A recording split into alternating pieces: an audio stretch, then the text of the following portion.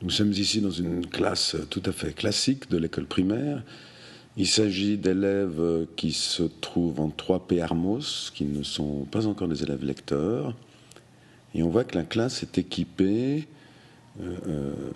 notamment d'un ordinateur, le voilà, et il y a aussi quelques pads. Derrière cet ordinateur est fixée une webcam. Alors c'est ainsi que va pas fonctionner le dispositif du papier numérique, qui s'appuie sur cette webcam qui est simplement fixée avec du velcro, une bande velcro, à l'arrière de l'écran.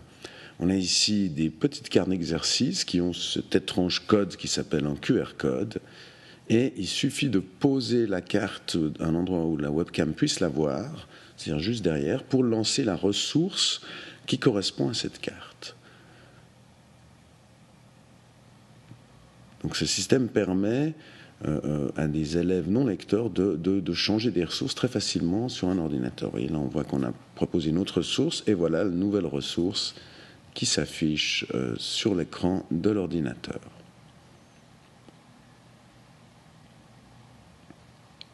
Différents types de ressources, on peut avoir des marquages de couleurs. On voit que c'est relativement efficace et rapide vu qu'on a un changement quasi immédiat.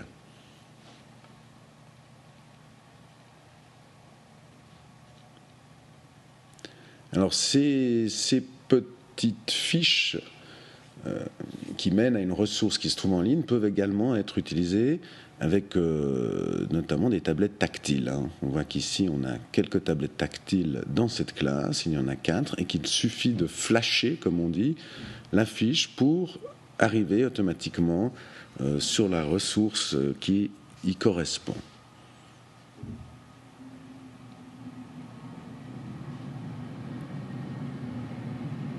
Voilà, vous voyez qu'il y a un programme spécifique pour flasher, ce qu'on appelle flasher, c'est-à-dire lire, décoder ces petits codes. Le voilà, il faut qu'on arrive, donc voilà, vous voyez, on a un petit, hop, on met le code au centre et automatiquement ça nous lance la ressource correspondante.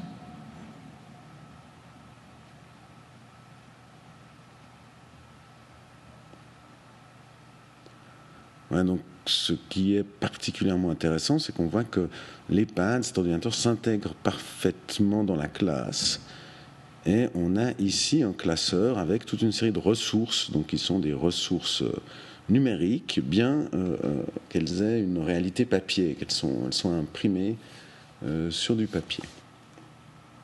Alors là, il s'agit de mots à écrire, donc on peut d'abord écrire les mots sur ces fiches, vous voyez, en écrivant directement sur le plastique dans lequel la fiche est mise, la page A4 est mise, pour bien apprendre à bien former ces lettres, et puis on a ensuite le même exercice sur l'ordinateur.